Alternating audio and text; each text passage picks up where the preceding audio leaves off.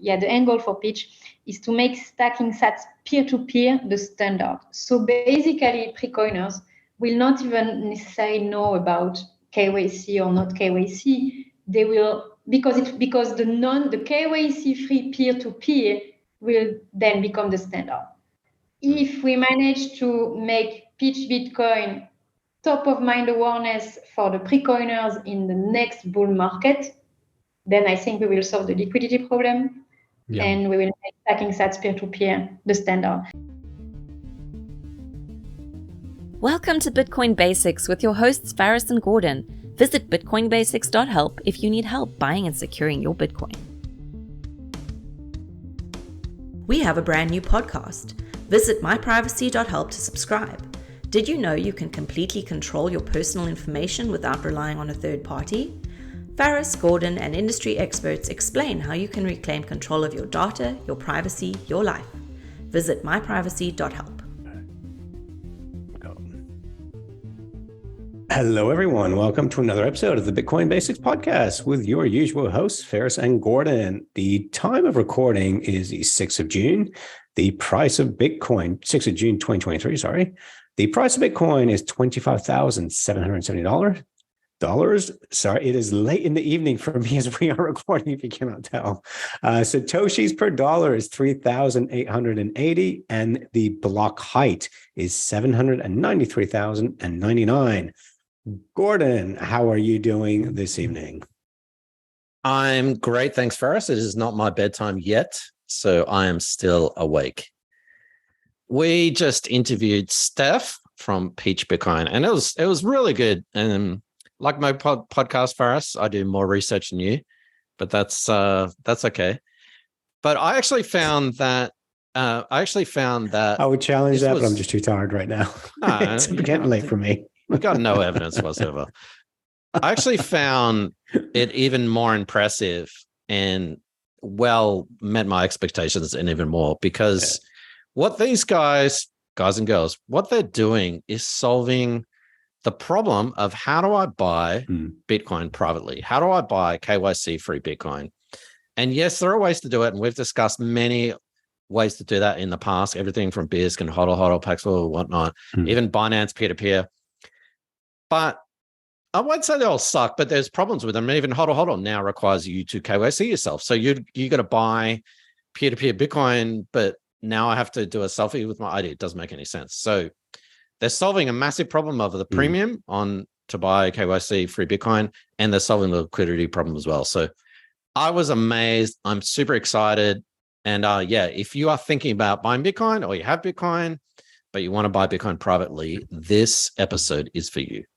Yeah, sorry, just to reiterate on that, I'm nowhere near as technically mined as Gordon, but I do know what I'm doing when it comes to buying and selling Bitcoins. And I have tried BISC, HODL, and you kind of look at them, you're like, it looks like I could easily make a mistake. So I actually never even used them because it just looked too complex.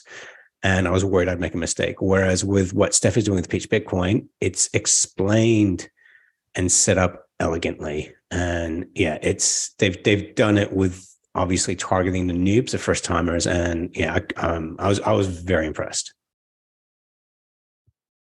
Super impressive. Have a look at the episode, and I will link everything. There's a lot of links and stuff like that in the description of the show notes. And so here's the interview with Steph from Peach Bitcoin. If you enjoyed this podcast, please subscribe, like, and share so we can find others like yourself. Well, good evening, Steph, or good morning where you are. Thank you very much for joining us. And for those of you just tuning in, Steph, we're just going to get you to tell us a little bit about yourself. What's Peach Bitcoin? But first of all, what's your Bitcoin origin story? What was your Bitcoin eureka moment? Good morning, Faris. Good morning, Gordon. Thank you so much for having me. It's a pleasure to talk with you right now. So I'm proof of Steph, as you can recognize from my accent. I come from France. What's my Bitcoin story? I'm class of let's say 2017. But in 2017, I discovered more like crypto as a whole, I guess like everyone else. And I was kind of working in the crypto industry-ish as a freelancer out of New York City, actually, with like a crypto project in New York City. And I traveled a lot at the time to conferences in the US, in Asia, a lot in Asia, because at the time of shitcoin in 2017, Asia was crazy. And in conferences at some point where I was a bit tired, I mean, I never really understood crypto. I was having a lot of fun, but I didn't understand. I didn't click with it, with what it was here for. And so I ended up talking with, looking for the smartest kids in the room, and the smartest kids in the room were actually Bitcoiners. So the narrative of Bitcoin clicked much more, and so little by little, I became what we call a Bitcoin maximalist. And so I stopped everything I was doing in crypto in 2017, and in 2018 I became this Bitcoin maximalist. And after a few years in Bitcoin, we spent so much time thinking about Bitcoin, being with Bitcoiners as well. Like a lot of Bitcoiners became a friend of mine. That I was like, okay, I have to align my energy and my time with my revenue, with my economic incentive. And so that's why I decided to build something on Bitcoin. How many ICOs did you get wrecked by? So the funny thing because is, I did. So actually, I never got paid in shitcoins. And I actually never really owned shitcoins. I remember that the first time I bought a little of Bitcoin and a little of Ethereum, like just a few hundreds.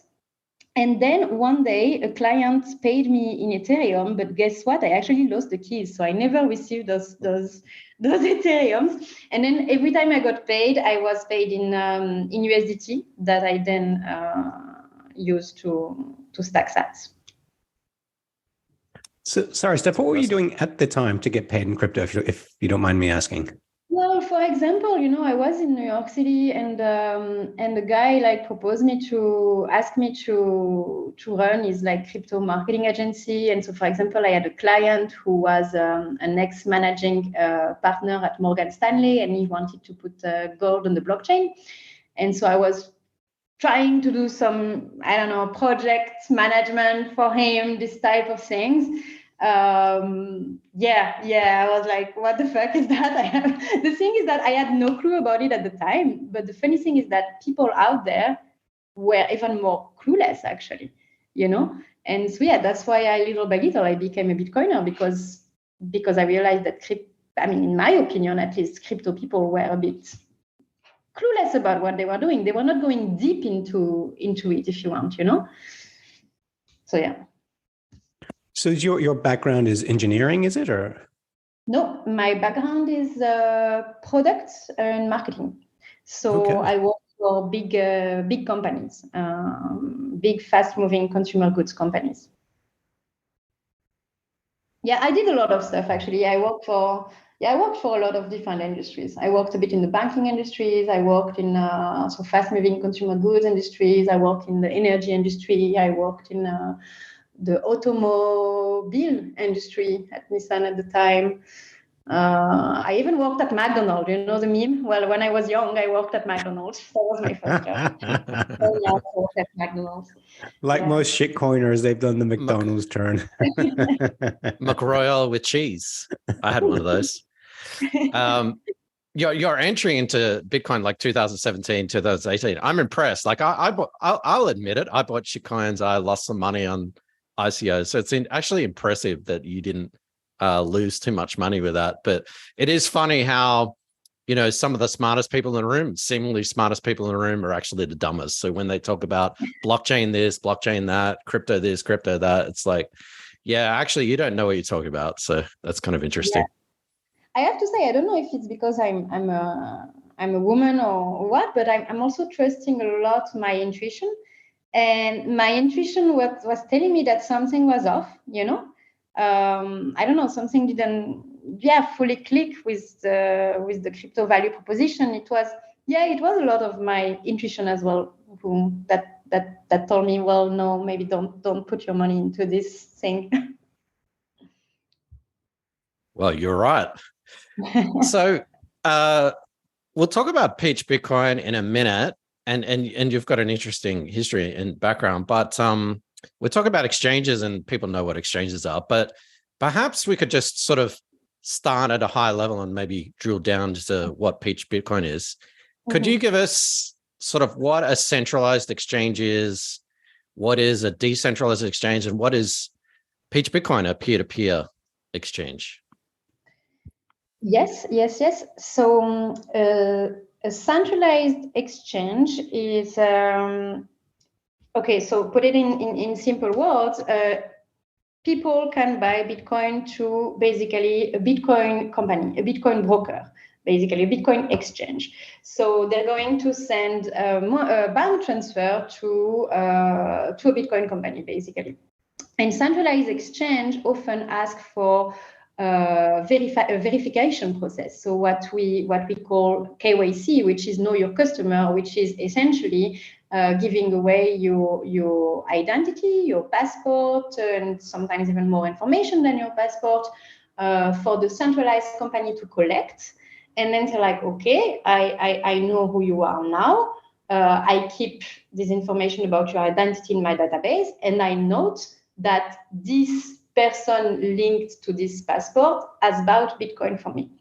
That's centralized exchange. And actually, I would make a difference between, I would say, centralized exchange and verification exchange, because you can be centralized but not asking for the verification process. So that's centralized exchange. So like Kraken, Coinbase, etc.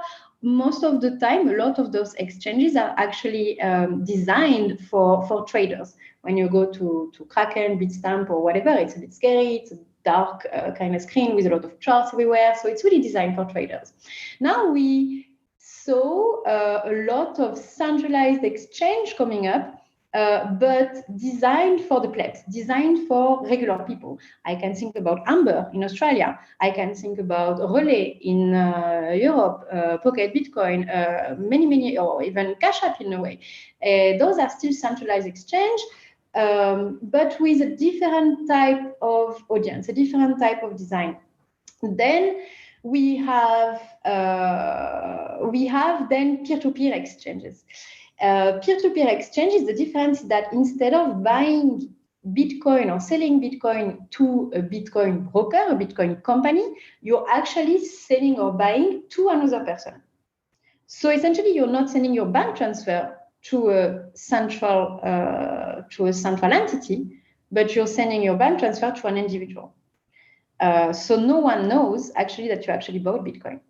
Because I send a bank transfer to Gordon, and it could be I sent you 100 Swiss francs, maybe because, I don't know, I bought whatever, from you, but not Bitcoin. So yeah, that's the type of exchanges that we have. And then, of course, so in the case of Peach is a centralized entity because we're a company, we're a startup with a decentralized order book. So a decentralized peer-to-peer order book, exactly the same than HODL. Then we have BISC, or RoboSats, which is those entities are a different beast because they are a decentralized entity running a decentralized order book. So they are not a company, if you want. So those are of course, everything comes with trade-off. Then people just choose the services that matches their needs the best. Everything comes with trade-off, So more that's all the categories. So Steph, we have had peer-to-peer platforms in the past, thinking of local Bitcoins, there's Paxful, HODL. But in the case of local Bitcoins, they've discontinued. I can't remember which one, HODL or Paxful, have moved to KYC.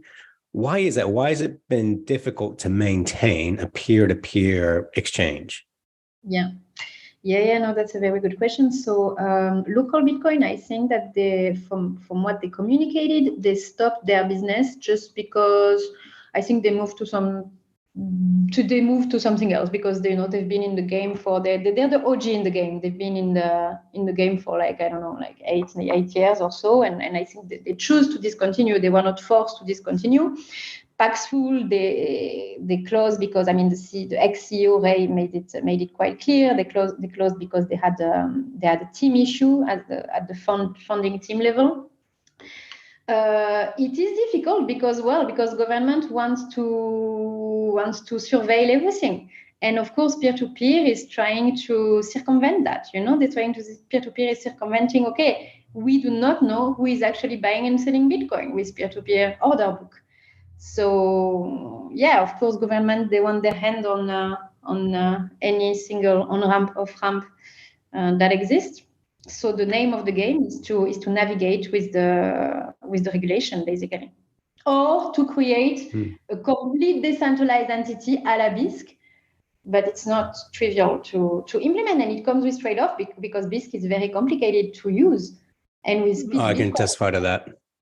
Yeah, exactly. It's complicated. I think it's not for all the pre-coiners, to use BISC. So the trade-off with Peach was like, okay, we have a centralized entity. We are going to play with to use the regulation to our advantage. The regulation which says that non-KYC, that you can trade KYC free up to 1,000 per day, which is quite good for the regular person.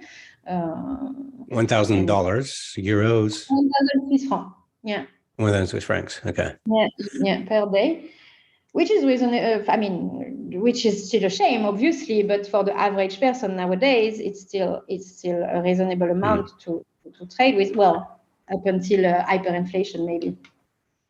Yeah, so we've seen, like just today, the news coming out of America, SEC pursuing Binance, and just last week, Binance quit or ceased on-roading with the Australian dollar in Australia. So we're starting to see these crackdowns onto on-roading into what is the largest exchange out there.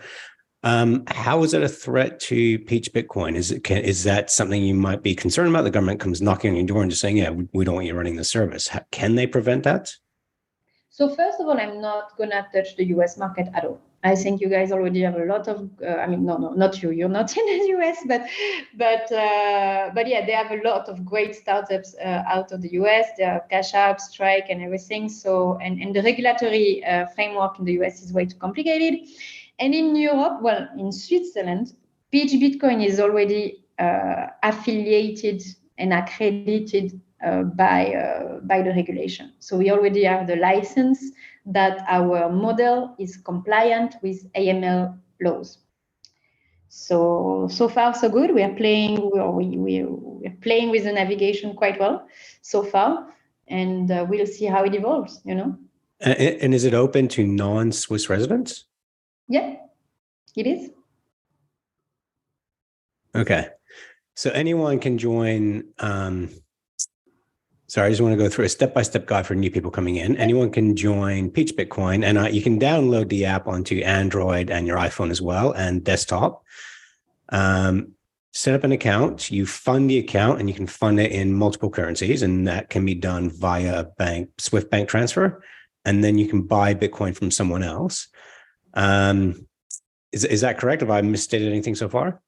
So let's rewind a little bit and let's do it. Faris hasn't done his research. Don't worry. No. So at the moment, Peach is in beta, so it's available to download on Android from the Play Store. For iPhone, it's only available through Test Flight, so you have to download that through our website. Peach is not available on desktop; it's only a mobile application right now. Then at the moment, we open the app only for European users. We opt in European countries. But I think we discussed it. We're going to have another strategy in the coming months. We're going to do the opt-out instead of the opt-in. So basically, we're going to opt out all the countries that we cannot do business with, which are considered like high risk by the government, and we're going to let everyone else be able to download Peach. At the moment, it's just European, but this is going to come very, very soon because a lot of Latin American people are asking us for Peach, and we want to give them Peach. So then you have Peach on your phone, you create an account, and you create an account in less than 10 seconds. We are very, very proud of the account creation process because we're not asking you, the user, anything. Nothing, not an email, not a phone number, nothing, nada. You just create an account and you have access to a non-ramp off-ramp, a peer-to-peer on-ramp off-ramp, and a self-custodial wallet. So you own your keys. From there, if you want to buy, you just basically you just publish your offer.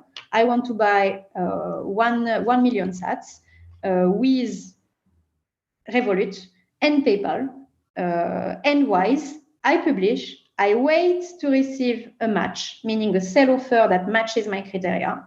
I match the sell offer. The seller receives a push notification saying, "Hey, this guy wants to buy from you." The seller look at the reputation of the guy. He's like, "Oh, this guy has a 5 pitches reputation. He's a great guy. I want to trade with him." The buyer receives a push notification that the trade has been accepted.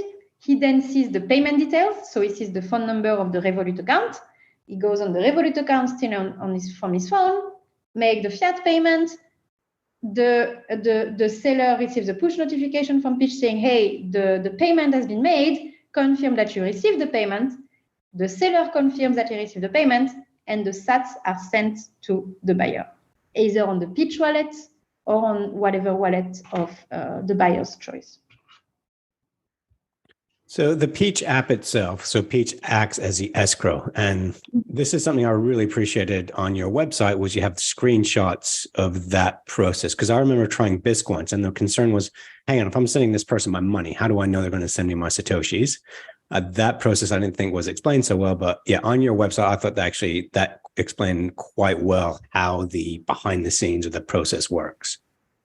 Yeah, absolutely. We have this escrow system in place. So basically, the seller, to be able to publish an offer, before publishing an offer, he has to put his sats into an escrow. The escrow is a 2 out of 2 multi-signature escrow between Pitch and the seller. So meaning that both Pitch and the seller has a key to that escrow. After 30 days, though, the escrow becomes a single signature for Pitch. Why? Because the seller can be a malicious actor. And if the seller is malicious, we still need to push the sats to the buyer, right? So after 30 days and the dispute is raised, we are able to push the sats to the buyer. This escrow is great because when a buyer enters a trade, he knows that the sats are already there. He even sees the link of the escrow. Yeah, I think the system's really good, Steph. And there are 3 things that immediately jumped out to me straight away. And one of them was on your website. It quotes, "KYC free Bitcoin is the best Bitcoin." And as soon as I saw that, I'm like, okay, I need to have a look at that. And 2 things that I really appreciated was you could download the app via an APK. So people who are concerned about privacy, and eventually you'll have an iPhone app in the App Store.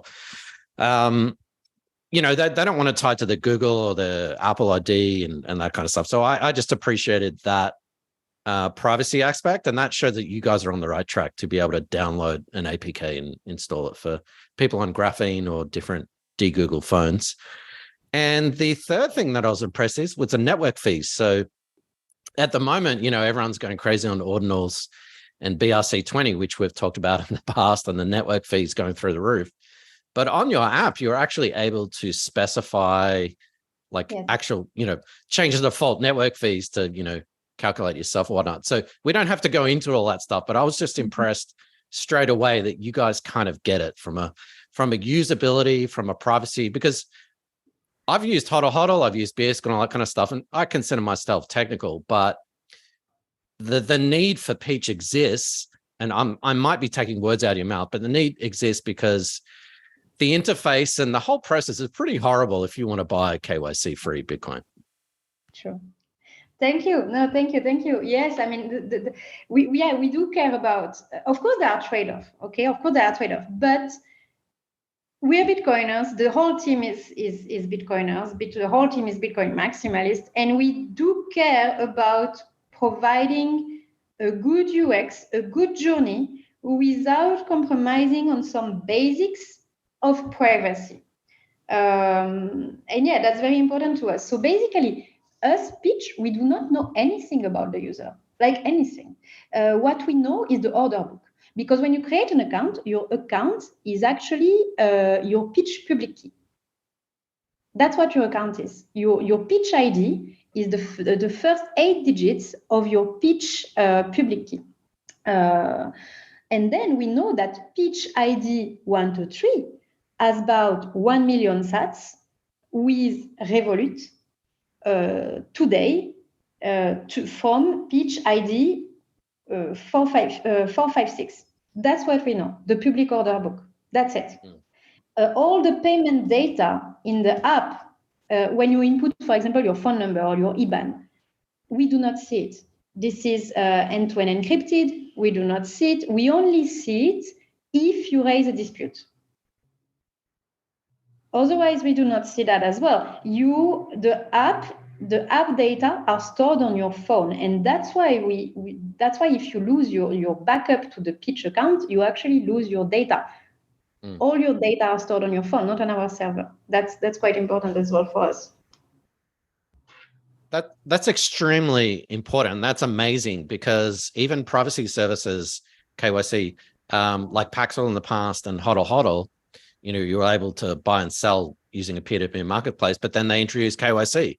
And so just to reiterate, you guys do not require KYC, but not only that, you can't actually see the individual transfers and things that are being done between the buyers and sellers either. So that's amazing privacy.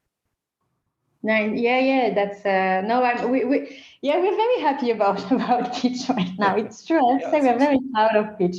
Like we're exciting to see it grow.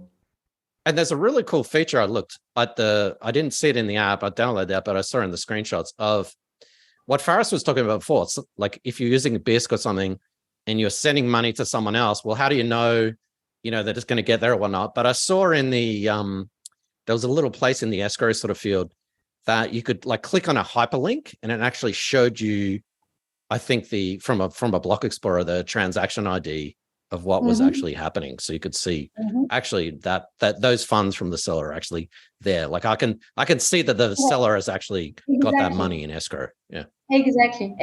Absolutely. As a buyer, you have the peace of mind, as we say, to know that the sats are already there when you enter a trade.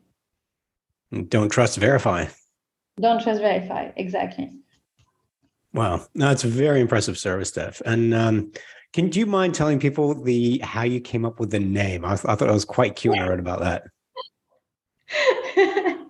So yeah, everyone is asking this question, and then you might be just disappointed by the answer because it was quite random. Just needed a name, and I remember exactly where I was. I was in a coffee shop. I was like, what? I don't know what type of name I could choose. It's so complicated to find a name. What I knew is that I didn't want a nerdy name. I didn't want a Bitcoin related name for 2 reasons, for obsec reasons and for approachability for the noobs. And I wanted something fun, cute, approachable. And so, I don't know, I was like, stupid thought process. I was like, I did the apple kind of thought process, and I was like, what fruit is orange-ish? And Pitch came up, and it starts with a P, so it's like pitch to pitch, peer to peer. It's orange. It's cute. There is plenty of jokes that can be said with Pitch in every languages. So voila, everyone liked Pitch. I was like, okay, let's fucking go. It's Pitch. I thought I read somewhere that you came up with the idea over a bowl of peach schnapps. Because that's on your website. Oh yeah, I saw that photo too. Yeah, I thought it was peach vodka or peach schnapps or something. Yeah. The peach bottle? Yeah, the peach bottle and the photo on your website. No, the peach bottle. Well, we bought the peach bottle because we named the app Peach. That came later. Okay. It came after. Yeah. But I got to tell you, like when I first heard the name Peach Bitcoin, you don't forget it because there's so many bits, websites, crypto this, bit that. Yeah. You don't forget the name Peach Bitcoin. Exactly. It sticks. No, that was the goal. That was the goal, and I think we validated the name over the past year. Definitely. Très bien. Okay, I'm going to ask an annoying question, and this is what happens to every peer-to-peer.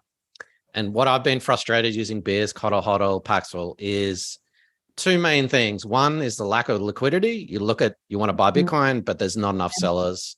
And two is the premium price. So, you're buying 5% above or whatever. Have you guys solved that? Are you solving it? Yeah. No, that's the core of the business, basically. Liquidity is a big one. So we have so there are several ways to go with that. First of all, we have at all time we have around 500 buy offers open at all time in the app, and sometimes I'm having fun checking the order book of Hodl and Binance. We actually have more buyers on Pitch, more open buy offer on Pitch than on Binance peer-to-peer and Hodl and some competitors in Euro for the Euro market, obviously. So buyer, I don't think it's going to be too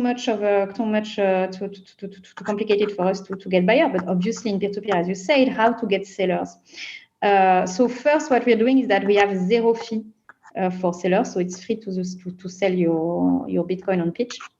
And then it's extremely fast to sell your Bitcoin on Pitch because we designed the UX around rapidity.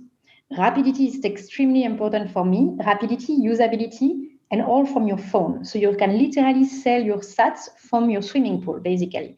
And I can tell you that the median time currently to sell Bitcoin is 9 minutes on Pitch.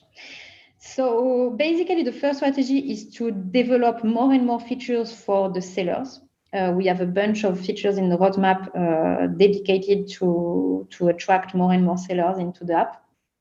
Then I think when we'll have a bit more money, doing more business development, business dev towards maybe miners, towards people who want to do arbitrage, this type of thing. And I think that's my theory, but we'll see in the bull market if my theory is valid or not.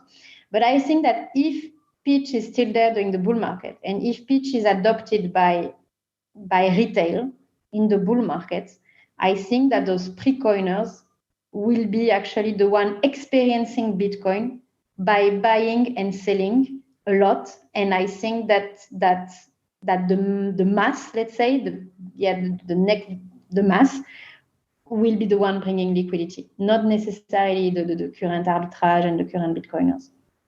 Yeah. And your second question, the premium. So that's interesting because, well, I do not, as Pitch, we do not want to decide on the premium. It's a complete free market. The seller is free to sell his Bitcoin as whatever price he wants, and the buyer is free to accept it or not. And here we are working on integrating live market data to send signal to the buyer and the seller on what the market looks like. And so sellers will be incentivized to modify their offer according to the market dynamics. And I think it's going to become very interesting to watch that as Pitch grows. And how are you getting that data? Is that an average of several exchanges, or how are you calculating? No, even the market data of the Pitch marketplace.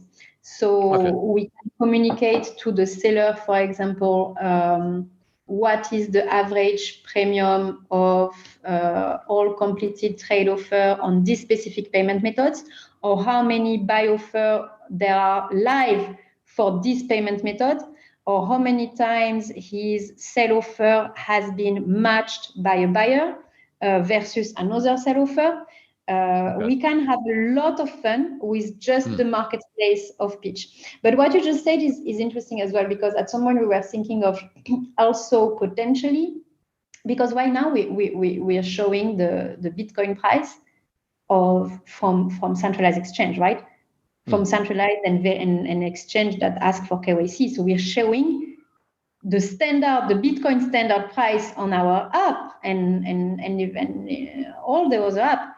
It's the KYC Bitcoin price. I think it might be interesting to think about showing a Bitcoin price that is from a peer-to-peer marketplace. So the real Bitcoin price one day. Yeah, absolutely. Yeah. And as a seller, for example, if I was to put in, I want to sell how many sats at this price, it'd be really useful to see, well, how am I compared to the rest of the market? And, you could see a little thing that says, well, actually your price is 5% above the market price, or, that would be really interesting. Exactly. Yeah, absolutely. Now we can have a lot of fun with we can have a lot of fun. It's showing all those data is basically giving the actor of the market, of the free market, all the data that they need, that is happening live on the market, for them to make their choices. That is actually that is decided based on real data, on data from the market dynamics. Do you think we will see an event or something going on where, this happened in India when they eliminated the two highest bank denominations of cash, where Bitcoin is traded at a premium, like they went 20% up in India. But do you see that happening for any reason with peer-to-peer version Bitcoin, where people go, for whatever reason, they're like, yeah, I want to pay more for peer-to-peer Bitcoin rather than buying off a centralized exchange?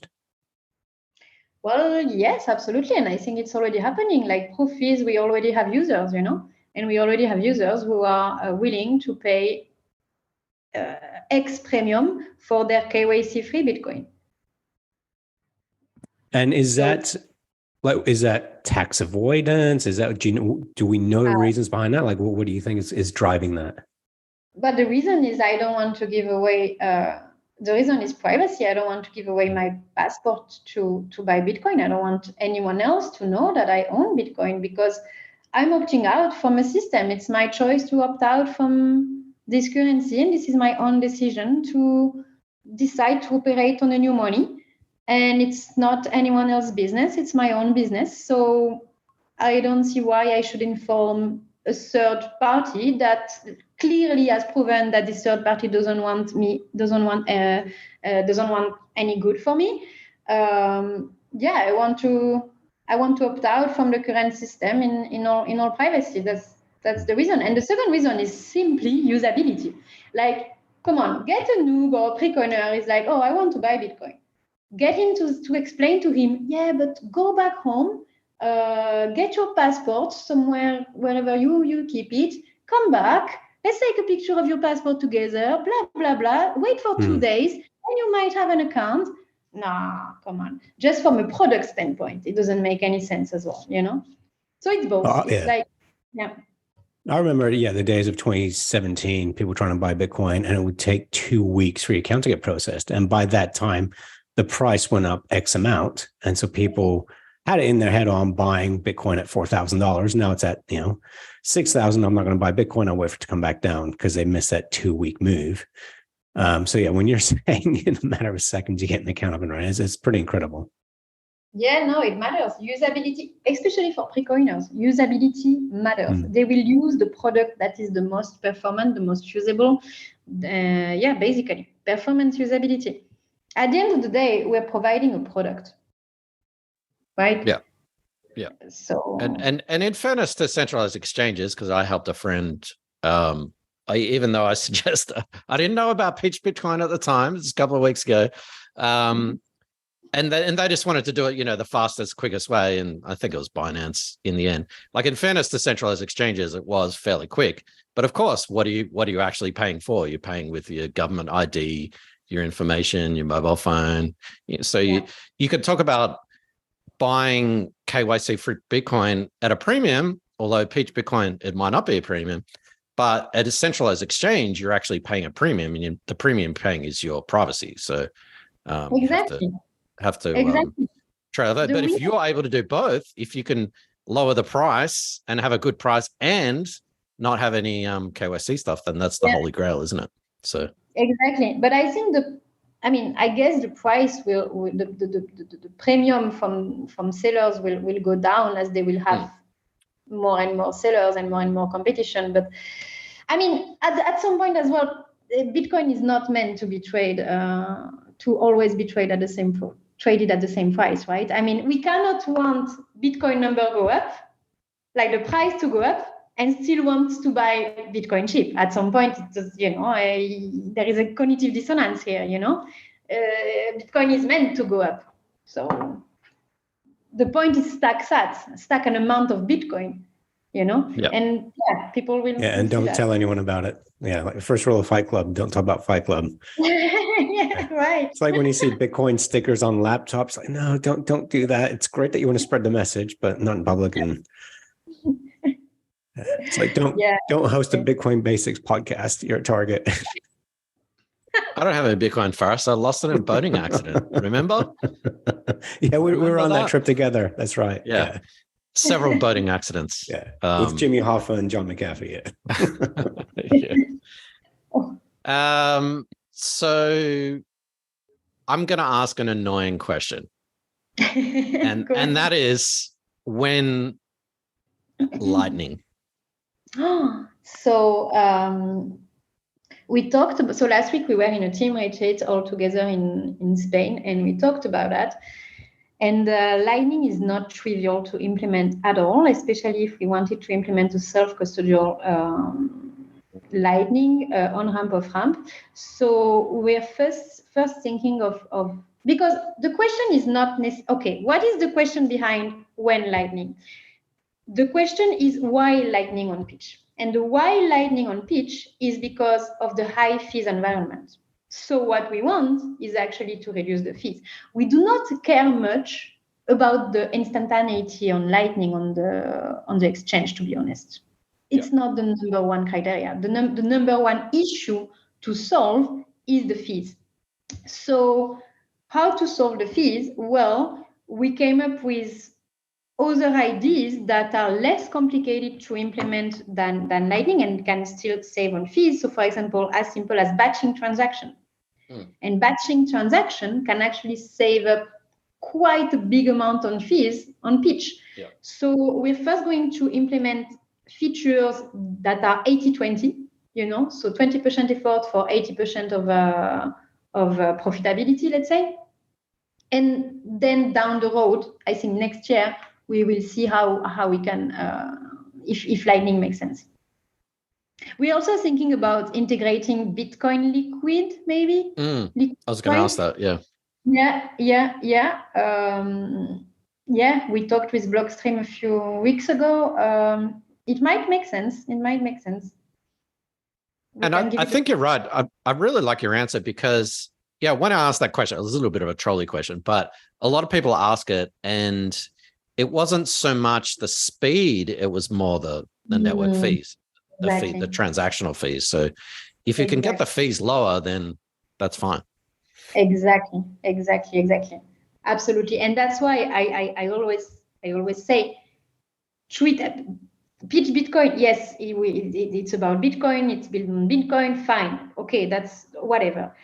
But it's a product now that we need to deliver to the users. And so to deliver a good product, we need to ask ourselves the good questions on the product. And here, indeed, the good question was, why do we want to implement Lightning? And not just, let's implement Lightning because it's trendy, Absolutely, yeah. Faris, I have more questions, but you go for it. I've dominated. No, you go. I've got my simpleton questions out of the way. You can dive in deep now, Gords. All right. No, I was just thinking of the usability, and a lot of people listening to this, they might not have used a peer-to-peer. And I know you explained that at the beginning, but perhaps it'd be worth going through that again, because people listening to this, they might not have bought Bitcoin, or they might have bought Bitcoin, but they bought it from Coinbase or Kraken or Binance. In terms of peer-to-peer, a peer-to-peer marketplace, how does that work? And I know you've sort of gone through this again, but maybe from a perspective of buyer, because I guess most people listening is probably looking at buyer. How does that work with Peach Bitcoin? Yeah, I think people should not overcomplicate it, because it's a bit the same than Airbnb or Tinder or whatever. Peach is just a matchmaking platform at the end of the day. It's a cyberspace where people go and get matched.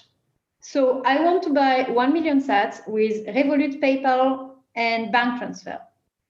There is someone else who wants to sell 1 million sats with bank transfer and PayPal. We get a match because we have two payment methods in common. And as a buyer, I say, okay, I see that he accepts as well PayPal and bank transfer. I'm going to send him a signal. I'm going to match him, send him a signal saying, I want your offer with PayPal.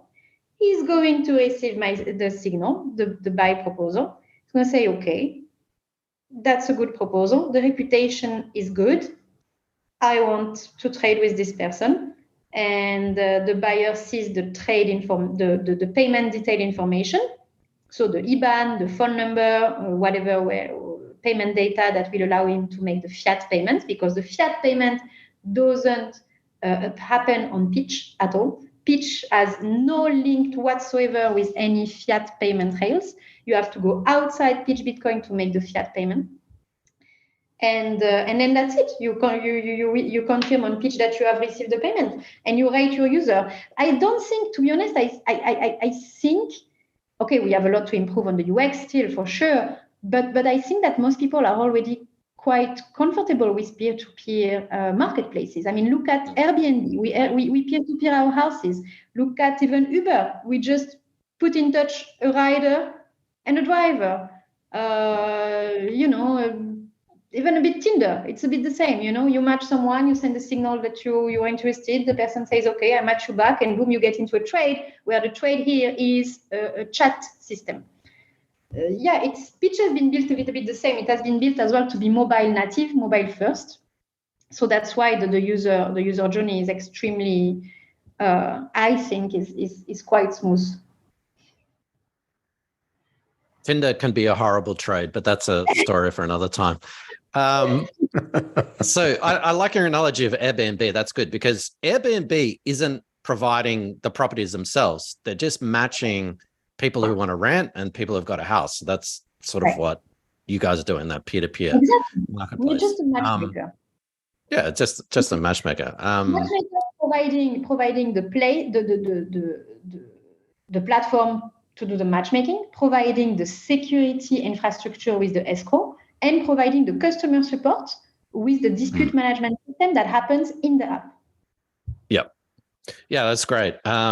And also you talked about reputation, which is something that is extremely important as well, because obviously if you want to buy Bitcoin or even sell Bitcoin, there's a reputation based on that. But it's like someone might have done that with HODL or something like that, but then they're moving to a new platform and now they're starting from scratch again.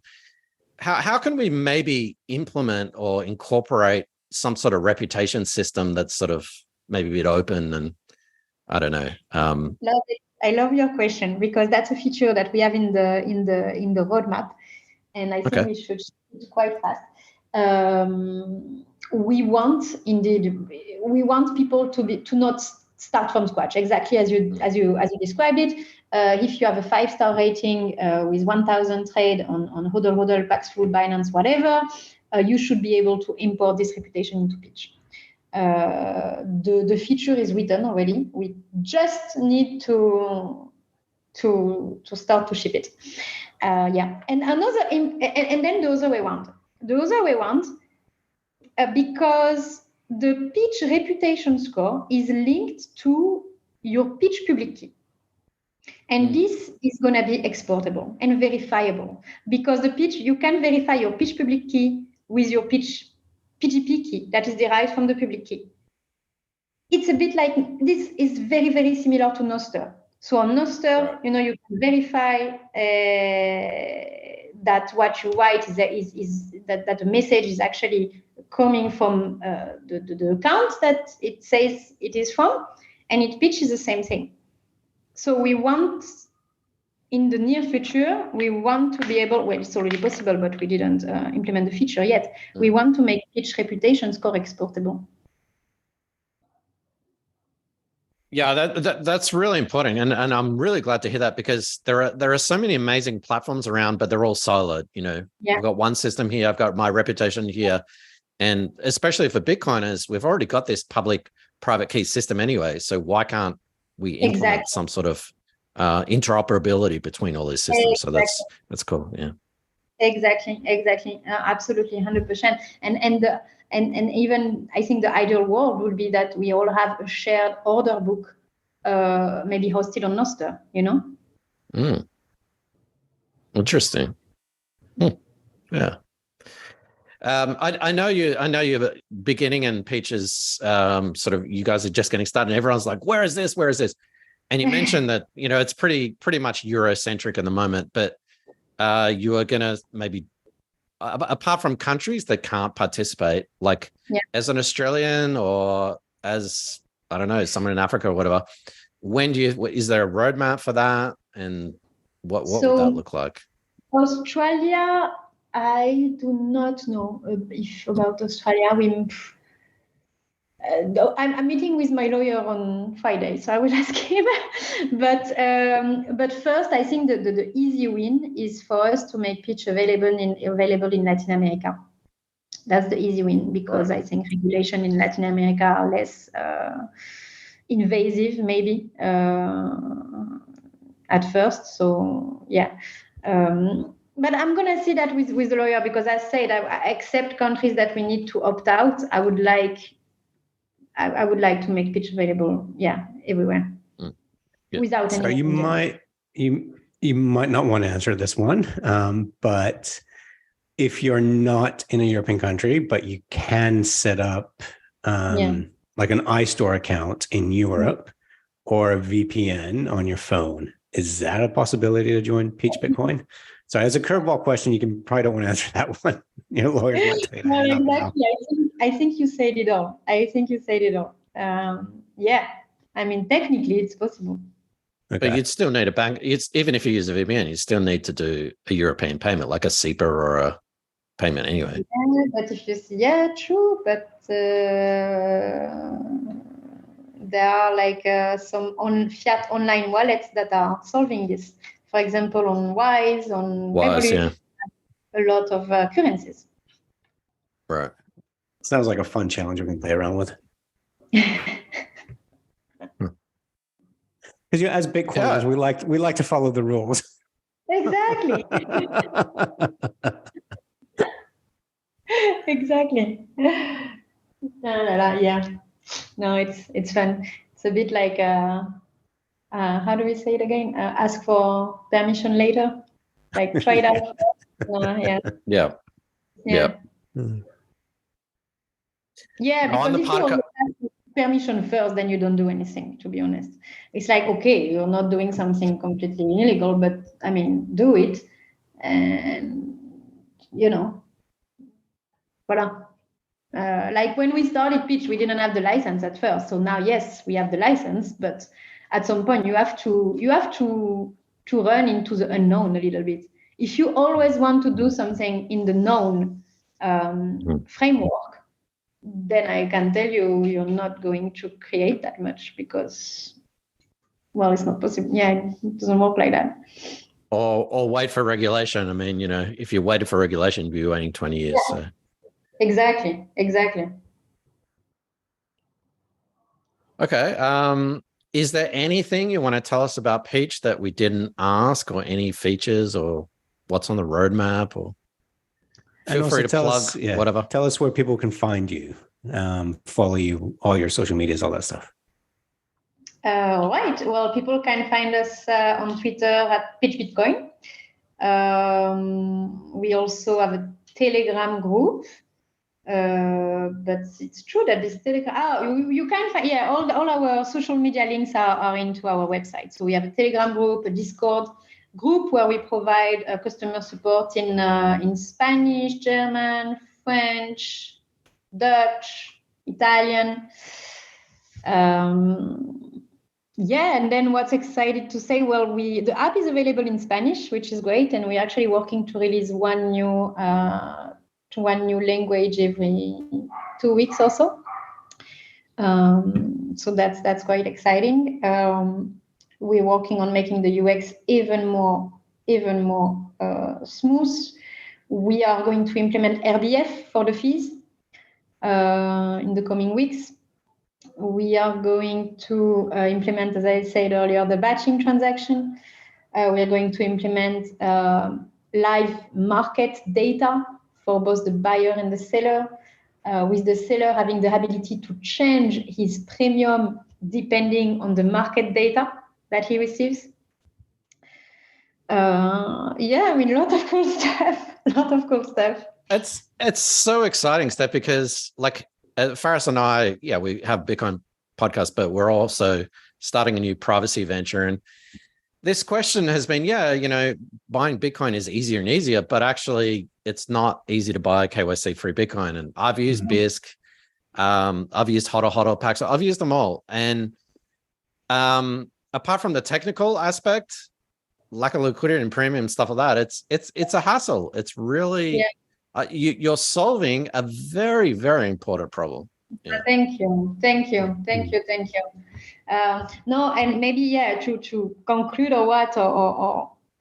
I think the end goal is to make, the end goal for Peach is to make stacking sats peer-to-peer the standard. So basically, pre-coiners will not even necessarily know about KYC or not KYC. They will, because the KYC-free peer-to-peer will then become the standard.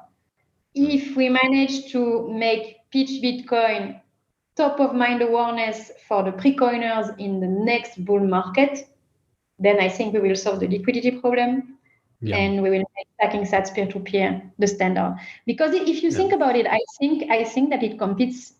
Peachbitcoin competes with centralized exchange as well. Yeah, and that's how Bitcoin was intended to be, a peer-to-peer, electronic currency. Well, thank you very much, Steph. It's been enlightening, and we are very excited to use Peach Bitcoin. And even if we're not in a jurisdiction to do so, we're going to figure out a way. Thank you so much, guys. It was really, really a nice and pleasant chat. Really nice. Yeah, no, thank you, Steph. Thanks for your time. C'était notre plaisir. Merci. To an European conference? Say that again, sorry? Sorry. Are you guys going to come to an European event? Hopefully sometime soon, yes. I've just been to Bitcoin Live in Sydney. The problem is living in where we do, it's a long way to get anywhere. But no, we're keen to get out to a lot more conferences, and but we'll keep our eye on the radar. But we'll follow each other on social media. Yes. And keep in touch. We'd love to have you back on when Peach Bitcoin is a few more months down the road, but it's been very exciting for us. Yeah, thank you. Thank you so much, guys. Really appreciate your time and your interest and your support. Thanks a million. Pas du tout. Merci, Steph. Thank you, Steph. Ciao. Have a good day. Bye. Bye. Ciao.